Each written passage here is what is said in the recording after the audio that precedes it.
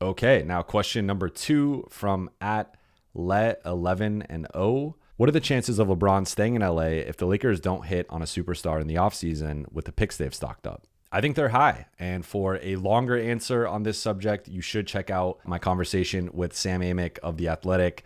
We go for about 20 minutes on LeBron and his future in LA, his relationship with Jeannie Buss, their dynamic, and why it makes the most sense for both sides for LeBron to remain a Laker for at least a couple more years. Now, what I will say is LeBron has been a fan of the three-star model for quite some time now. That is partly how the Lakers got in this mess with the Russell Westbrook trade. And I'm not going to relitigate who is at fault and who is at blame. I think the blame pie incorporates several parties, and it's not just on LeBron, it's not just on the Lakers, and it's not just on Russ. Like there was a lot of factors at play with that situation. But since then, LeBron has been a fan of going after a Kyrie Irving or a Damian Lillard, and more recently a DeJounte Murray and a Zach LaVine. So as I previously reported, the Lakers have plans to pursue Trae Young, Kyrie Irving, and Donovan Mitchell this summer. That, of course, will require one of those three to become available. And I think there are a few different ways that could happen. With Donovan Mitchell, there's been a lot of speculation that he isn't going to stay in Cleveland,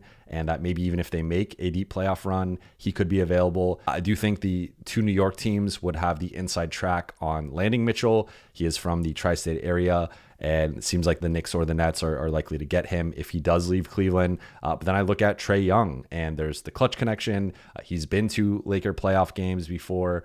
He is someone that would make a lot of sense next to Anthony Davis, and even to a lesser extent, LeBron James, as that number 3 guy, a guy who can take a bulk of the offensive load off of LeBron, run pick and rolls with AD, be protected defensively by AD. And the Lakers and Hawks have had some recent trade conversations leading up to this past trade deadline, originally centered on DeJounte Murray, but you could basically pick up where you left off with those and then add in now 3 picks for the Lakers and potentially put an Austin Reeves or a Max Christie on the table if you are landing a better player in Trae Young. And then there's Kyrie. And I mean, he just hit a huge shot, one of the craziest game winners I've ever seen, basically a left-handed running floater hook shot. Like, I don't even know how to describe that, from the free throw line over Nikola Jokic. And that was just an insane shot, but also a reminder of how skilled Kyrie is, how clutch Kyrie is, and how much the Lakers could use that type of player. And we know LeBron has had interest in Kyrie dating back to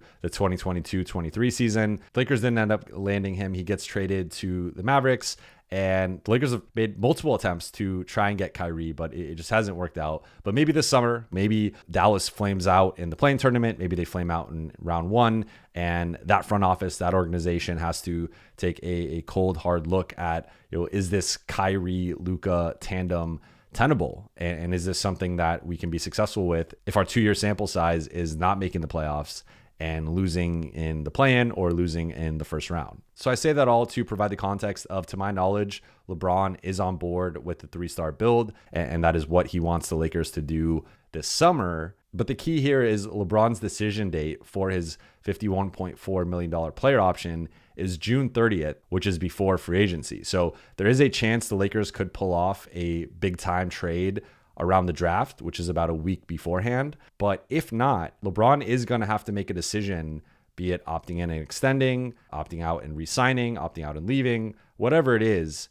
He's going to have to make that decision by June 30th. And there's going to be some conversations with what are the Lakers' plans, what's going on with Darvin Ham, how realistic is adding a 3rd star. Like, the Lakers are going to have to do their due diligence whenever the season ends. But between that point and June 30th, they're going to have to make calls and figure out what's going on with Atlanta, what's going on with Dallas, what's going on with Cleveland. Is there another star that kind of comes out of the blue that becomes available Lakers can kind of sneakily get involved in? And that tends to always happen. There's always the one team that loses a little bit earlier than expected, and their star becomes disgruntled, and that player is potentially available. So there are several ways that this can all play out, but I do believe, be it opting in and extending or opting out and re-signing, that LeBron is going to be a Laker for at least a couple more years, if not 3 more years. And whether they add that 3rd star or not, like, that is going to be a factor. I think it is something that he wants,